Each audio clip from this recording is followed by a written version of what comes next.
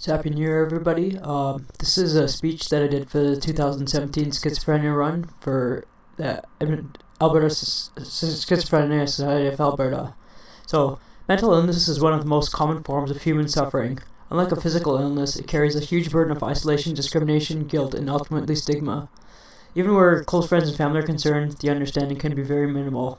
For example, somebody may say, "I would kill to be in your situation," or "What do you have to be depressed about?" Now, it's a very difficult situation for the sufferer and the family member, and as such, not unlike somebody going through puberty, the sufferer may tend to push the people away, and that's when they really need the people closest to them. However, every sufferer, especially people with schizophrenia, tend to go undiagnosed for a while. Reason being, it happens to peak at the exact time when a person has a real major life event happens, such as graduating from high school, and often it's the case that the person remains in identity diffusion for a long time and it's just not diagnosed. So it has actually been known that about roughly 1% of the population has schizophrenia or a schizotypal type of disorder, and here in Canada, where marijuana is legalized, more and more people will actually develop schizotypal disorders because schizophrenia is categorized by an excess of dopamine at substantia nigra. Now, THC actually mimics that excess dopamine, and that's why it gets you high. So, while 1 in 3 people suffer from mental illness, that's either 1 or 2 per household, schizophrenia tends to be a little worse, because I'm not trying to say that just because I have schizophrenia, but it's the fact that, people with schizophrenia are among the highest users of drugs and alcohol. It's also not a very well-known illness, and the fact is, even while you present symptoms earlier in life, it's not really truly understood till a major incident like a psychosis. You may have seen or heard on the news that like a lot of people who suffer from schizophrenia are homeless. Now, yes, that is true. A lot of them do, and a lot of them cannot access any kind of healthcare of some sort. Now, a lot of the time, these homeless people do abuse illicit drugs, and that is the reason why often people with schizophrenia are considered dangerous. About 60% of people surveyed said that they believe people with schizophrenia were dangerous. Now, these are usually the people who are just not treated properly. Now, all sufferers tend to have normal to above normal intelligence, and unfortunately it's not always known. Like, we don't always get to see normal intelligence from people because of the fact that, yes, they abuse drugs or they're just too incapacitated by the illness.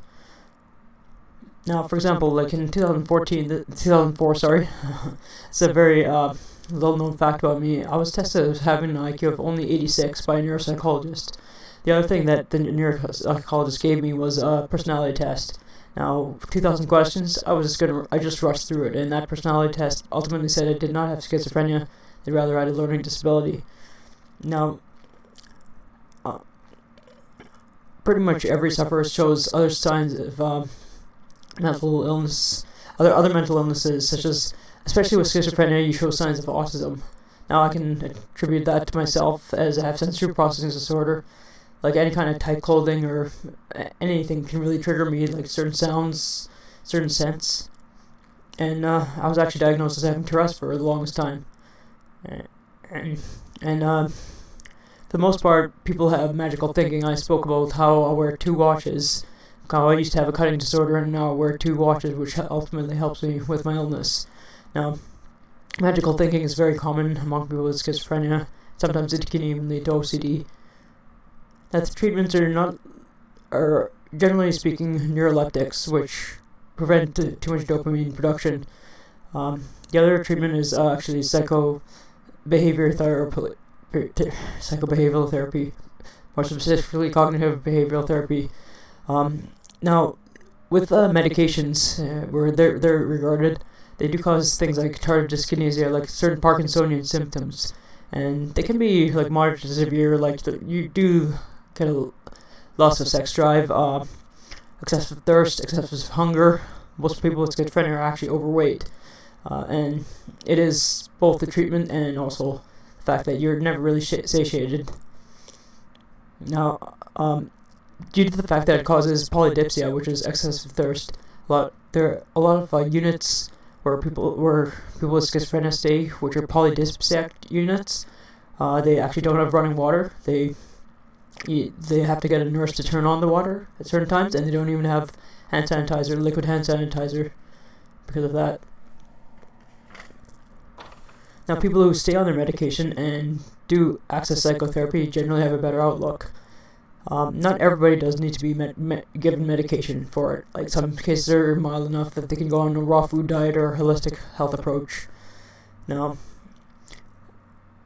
like, what I have to say though is, when I was, just before I managed to find a paying job, I literally felt like absolutely no hope in my life, nothing at all. And sometimes you just gotta keep an open belief that something good can happen. And what I find is probably the best thing I can do is just seek a friend or somebody whenever I have a terrible time. Because what I believe is someone is out there to listen, and that's in every single case, whether you suffer from mental illness or not. Somebody out there is willing to listen. For example, I've even seen in like transgender YouTube videos. I've mentioned I'm transgender, but transgender YouTube videos that somebody might rant how they can't get help, and their parents disapprove, and you'll always see at least one comment where somebody says, "You matter, sit, carry on." So the risk factors to schizophrenia actually is, of course, drug usage. Another one is actually being a twin.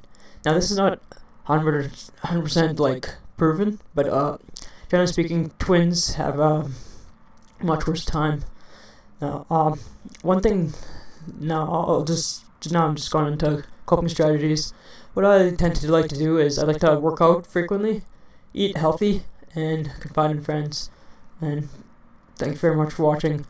If I helped you in any way, it would be great if you could give this video a like. And if you'd like to hear more videos about schizophrenia, subscribe. Thank you very much. Bye.